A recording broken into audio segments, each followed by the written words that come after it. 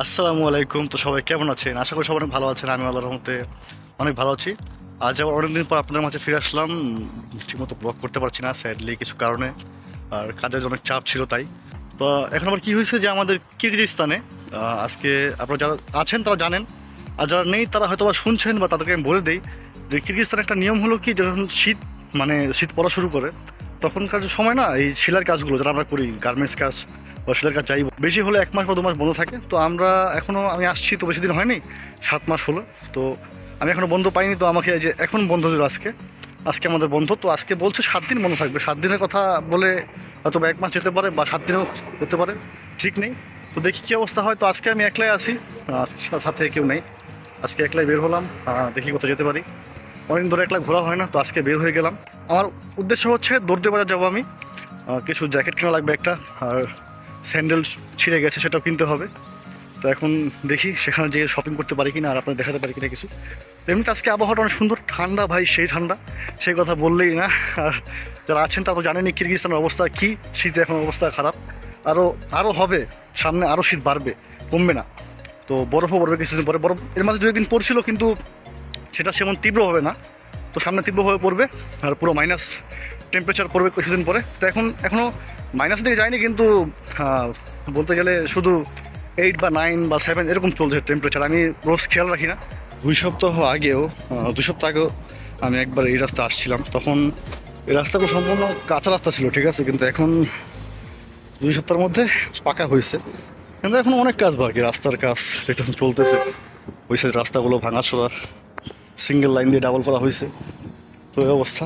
এলাকাটা অনেক কোয়াইট, বাড়িঘর দেখতে পাচ্ছেন অনেক, কিন্তু মানুষ অনেক কম দেখাচ্ছে আপনাদের। লোকজন অনেক কম, এলাকাটার ভিতরে অনেক নীরব বলতে গেলে। আমাদের বাংলাদেশে তো এরকম এলাকা খুঁজে পাওয়াটাই মুশকিল। ওই যেগুলো পশ এলাকা সেগুলোই থাকে এরকম টাইপের আর কি, নীরব থাকে। সুন্দর একজন মা তার বেবি নিয়ে হাঁটছে। Finally I am here. এই যে মার্কেট, আমি এখন ভিতরে যাবো। সো হিয়ার উই গো দেখেন अगेन। ভিতরের দৃশ্যগুলো। দুঃখিতভাবে আমি বলতে চাচ্ছি যে এই ভিডিওগুলো আমি গতবার যখন দৌড়তে বাজার আসি তখনকার ভিডিও, কারণ আমি এখন ভিতরে ঢোকার পরে যে অবস্থা দেখলাম ভাই, অনেকটা ভিড়, আর দোকানও অনেকটা। আমি আসছি ক্লোজিং টাইমে, তো দোকানগুলো বন্ধ হচ্ছে, আর এখন পাবলিকের অনেক ভিড় আছে। তো তাদের মধ্যে আমি একলা মানুষ হয়ে ক্যামেরা হাতে নিয়ে ঘোরাটা একটু সেরকম সুবিধার মতো মনে করলাম না, তাই আমি গতবারের যে ক্লিপসগুলো ছিল সেগুলো আমি দিয়ে দিলাম। তো সেগুলো ভালো, আমি সেগুলো ইউজ করিনি এখনও। সেগুলো একটা ব্লগের জন্য করছিলাম, কিন্তু সেই ব্লগটা হয়নি স্যাডলি। তো সেগুলো এখন কাজে লেগে গেল। তখন আমার সাথে কিছু আমার পার্টনার্সও ছিল, যারা আমার সাথে কাজ করে, কলিগস, তারাও ছিল। যেমন এই যে কিছু বড় ভাই আছে, তাদের নামগুলো আমার ঠিকমতো মনে নেই। একজন সিদ্দিক ভাই, একজন হানিফ ভাই, একজনের নামও আমার সঠিক মনে নেই। তার জন্য একটা জ্যাকেট কেনার জন্য আসছিলাম, তো সেটা কিনা হয়েছিল। এই যে দামাদামি করছিলাম আমার এই দোকানে এসে, তো সেটা কিনছিলাম। তো তখনকার ভিডিওগুলো ছিল। এই হলো দুগ্ধ বাজারের ভিতরের অবস্থা আর কি। এই যে হানিফ ভাই আসছে, তার জ্যাকেট কেনা শেষ। তো এখন আমরা ঘুরছি এখান দিয়েই। বাজারটা এমনি তো সুন্দর। এবার এই ক্লিপগুলো আজকের ক্লিপ, হ্যাঁ, যে এই ক্লিপটা আজকের, এই ক্লিপটা আমি আজকেই করছি। একবার যখন আমার কেনাকাটা শেষ, তখন আমি বাইর হওয়ার সময় এই ক্লিপটা রেকর্ড করা। এই ভিডিও দেখছেন, আপনি দেখতে পাচ্ছেন যে দোকানগুলো বন্ধ হয়ে যাচ্ছে। আর যারা অবশ্যই জানেন না, দৌড়তে বাজার কিন্তু মানে বেশিরভাগ কি পুরোটাই কন্টেনার দিয়ে তৈরি, ঠিক আছে। এখানে কোনো ইট বালু সিমেন্টের কোনো বিল্ডিং নেই, এখানে সবই কন্টেনারের। যেমন ওই বড় বড় শিপিং কন্টেনার থাকে না, শিপিং কন্টেনারগুলো দিয়েই মার্কেটটা বানিয়ে ফেলা হয়েছে। আর মার্কেটটা কিন্তু অনেক পুরনো, অনেক পুরনো মার্কেটটা। তো আমার কেনাকাটা শেষ, আমি বাইরে চলে আসলাম। বেশিক্ষণ বেশিটা ঘুরলাম না, কারণ ভাই ঠান্ডার মধ্যে বেশি ঘুরতে ভালো লাগে না। তো কেনাকাটা শেষ, আমি এখন বাইরে হাঁটছি। তো চলে যাবো এখন একটা নীরব জায়গায়, তারপর কথা বলে আপনাদের সাথে। তো মার্কেটে ঢোকার পর ভিডিও করার চেষ্টা করছিলাম, কিন্তু সেখানে লাভ হয়নি, কারণ বুঝতে পারছেন সেখানে অনেক বেশি লোক ছিল ভাই। কিন্তু বুঝতে পারছেন সেরকম মানুষের সাথে অত বেশি মেলামেশা করে থাকতে পারি না আর কি। একটু আমি ইন্ট্রোভার্ট টাইপ আপনি বলতে পারেন, সোজা বাংলায় বা সোজা ইংরেজিতে, যাই হোক।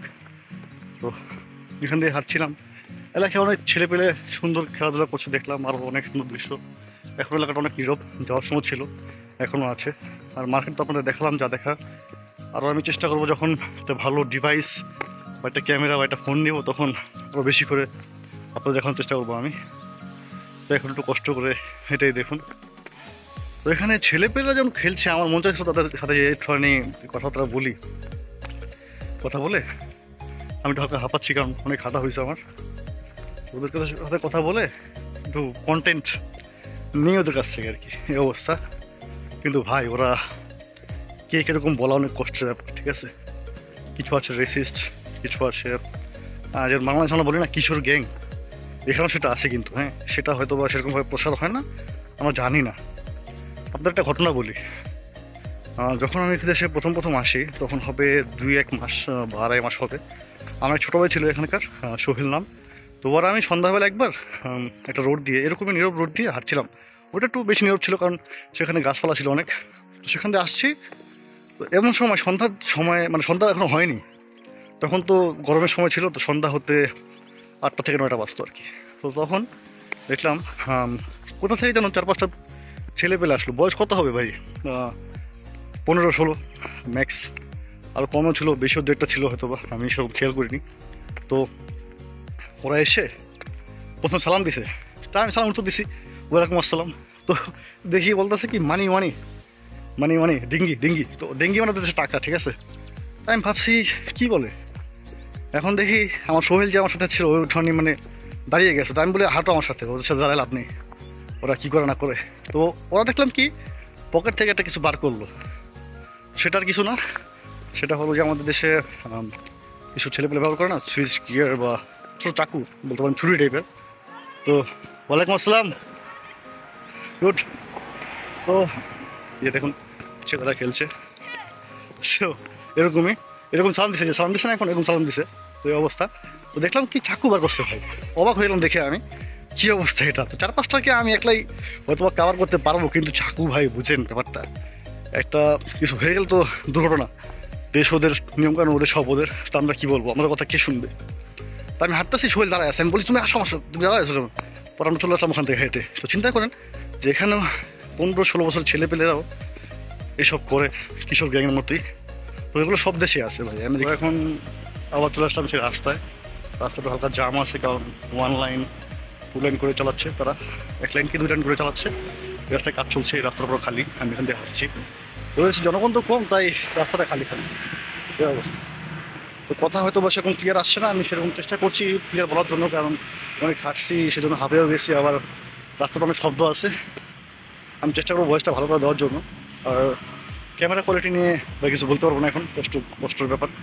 আপনারা বুঝতে পারছেন 7 মাস ধরে এদেশে আসছি, যারা আমার ভিডিও দেখেন তারা জানেন আমি 7 মাস হয়েছে এই দেশে আসছি। 7 মাস একটু বেশি হবে, 2-1 দিন।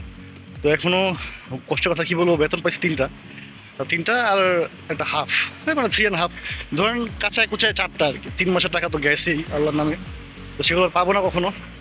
আর অনেক ঝামেলা আছে, এ পর্যন্ত 3-4 জায়গা চেঞ্জ করলাম কাজের, সেগুলো একটা ঝামেলা আছে, এগুলো তো বলা শেষ হবে না, এই অবস্থা। তো কিরগিজস্তান যারা আসতে চান, এমন একটা দেশ, নাম বলতে গেলেও কষ্ট হয়ে যায় মুখ দিয়ে ভাই। যারা আসতে চান তারা অবশ্যই সাবধান থাকবেন, অবস্থা বেশি ভালো না দেশের। আর ভিসা তো এখন বর্তমানে বন্ধ আছে, কুল ভ্যাকেশনের পরে। যেই আসবেন সাবধানে আসবেন, আপন লোক ছাড়া আসবেন না কেউ। আমার জন্য আপন লোক আছে, তার জন্য আমি একটুখানি হালকা পাতলা হলেও ব্যাকআপ পাইছি, সাপোর্ট পাইছি আর কি। তো যাই হোক, তো আজকে আমি মার্কেটে গেলাম, তো বেশি কিছু কিনতে পারলাম না, স্যান্ডেল পেলাম না কেনার জন্য। আর যেটা পেয়েছি সেটা হলো যেটা মাইনাস জ্যাকেট বলতে পারেন, সেটা আমি দেখাবো হয়তো বা নেক্সট ভিডিওতে, পরেই ভিডিও করবো, এরকম হতে পারে। তো এই জ্যাকেটটা বলতে গেলে আমাদের বাংলাদেশে কত এরকমই হবে দাম নিতে গেলে ঘুরে ফিরে, কিন্তু এখানে একটু বেশি কেমনে টাকার দাম, এটা তো একটু বাংলাদেশে বেশি নাকি। তো 2900 টাকা নিচ্ছে, মানে 2900 শ্রম নিচ্ছে আমার কাছে আর কি, 2900 শ্রম, 2900 শ্রম। আমার কথা বাঁচতেছে, সেই জন্য আমি দুঃখিত। তো আজকে আর বেশি কথা বলবো না, এখন রাস্তা পার হবো, আর বাড়ি বেশি দূর না, হয়তো আর 15-20 মিনিট লাগবে আমার যেতে। তো দেখা হবে ইনশাআল্লাহ নেক্সট ভিডিওতে। That's that for today's video. আর অবশ্যই চ্যানেলটা সাবস্ক্রাইব করুন ভাই, বারবার বলছি আমি, কারণ সেরকম বলা হয় না। আর চ্যানেলটা সাবস্ক্রাইব না করলে আমি মানুষকে বলতে পারি না যে আমার চ্যানেল আছে ইউটিউবে, কেউ বুঝতেই চায় না যে ভাই কী কয়টা সাবস্ক্রাইব, কয়টা এত কম। তো অবশ্যই সাবস্ক্রাইব করুন চ্যানেলটা, পাশে থাকুন। আর অবশ্যই ভিডিওটা লাইক করুন যদি ভালো লাগে। আর ক্যামেরাটা শেক করছে অনেক, আর হাত কাঁপছে, হাত ব্যথাও করছে। দেখা হবে নেক্সট ভিডিওতে। আল্লাহ হাফেজ, টাটা।